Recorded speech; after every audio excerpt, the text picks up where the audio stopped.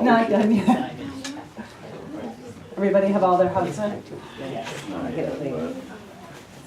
We got fellowship after, y'all can continue to hug. Just saying to Jane that I had to learn how to hug. She said, you give a good hug. I said, well, you know, I was raised in a family where people didn't really touch a whole lot. Not a lot. Especially once you became a preteen. My father was like very like, oh, can't touch. And I met my husband, I was like, why do you always gotta be touching me? Why? You always gotta be on me all the time. And I met my in-laws who are old Italian-American family, and they would kiss me on the lips. My mother-in-law, who's 92, still does. And at first I thought, oh, geez, if you're not used to that, you're like, really? And guess what? I kiss my children on the lips. It's just a cultural thing. It's all a matter of what you're comfortable with. So I know that we're a very touchy-feely community, and I appreciate it. It's something I had to learn. Announcements. I wanted to say to Reverend Carlos, you know, the importance, good for you for saying to Dr. Patel, respectfully, please shut up. I had an operation, and it was, you know, not a serious operation, but a real operation. I actually went into the restroom before, and I looked in the mirror, and I said, if this is the end and you don't wake up, it's been a good run, but I want to wake up. And I realized I had had 2 operations from this doctor, and the second time, it was in New York City, and President Trump, the next day, was elected. So for me, that was distressing, and I cried a lot. But I realized also, I know that in that operating room, because they had found a lot of bone, sometimes your body reacts by building bone.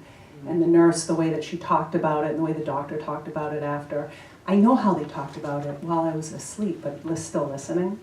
And I know that how they spoke about it and the way that sort of the jocular atmosphere in that room affected me afterwards. Truly, I know it. And there's studies on this too. It's the same if somebody's in the hospital. My father was in a medically induced coma, and I gave him Reiki, and his heart rate went from being at tachycardia to dropping, even though he was in a medically induced coma. So we're still there. We're always, a part of us is always awake. And the frequencies that we take in, especially when we're trusting somebody literally with our lives, is important. And so I really want to just underline your wisdom in doing that and saying, I need you to not plant seeds, and also that he goes in with the right state of mind. So good for you for doing that. All right. Yeah, I second that. 2 pieces of good news. The first is I would like to make an official announcement that Miss Alicia Ortiz is our new music director. Now she has stepped in, obviously, all these months, but we have made it official. All right. Yay! Yay! Thrilled. And number 2 is Reverend Ed is going to be coming back. Yay! Yeah, so happy. He will be here on the 16th. He looks forward to being with us. Awesome. He will be with us every week, God willing.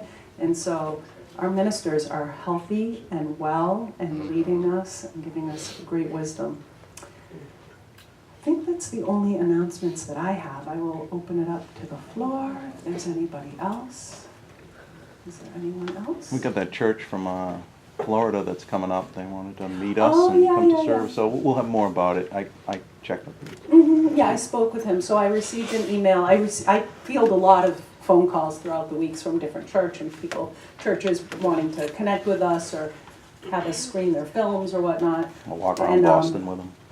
Oh, walk around Boston walk with around them. Boston with them. So this is a group from Maryland, and he's not sure how many people there will be. It's an unofficial trip. They're coming up to see Walden Pond and look at some paperwork at the Louisa May Alcott House, and would like to connect with our church. And so they are opening up, they're going to be doing that on the 16th. They'll be, is that true? Next week? Yes, I think Of so. October. I think it's the Sounds 16th right. of October. It's a month out. But also wanted to see if there were members of our church that were interested in going out to Concord with them. arranging transportation. So I'm not sure how that will go. I'm planting the seed. But at some point, we will probably have this Unity group coming to visit us, certainly for service, and I'm looking forward to that. Deborah? Me too. Yeah, no, I think it would be a nice thing, and a nice thing if some of us were, you know, out there to show them around and give them some Boston hospitality. Anything else? All right, in that case, I'm gonna hand it over to Reverend Carlos.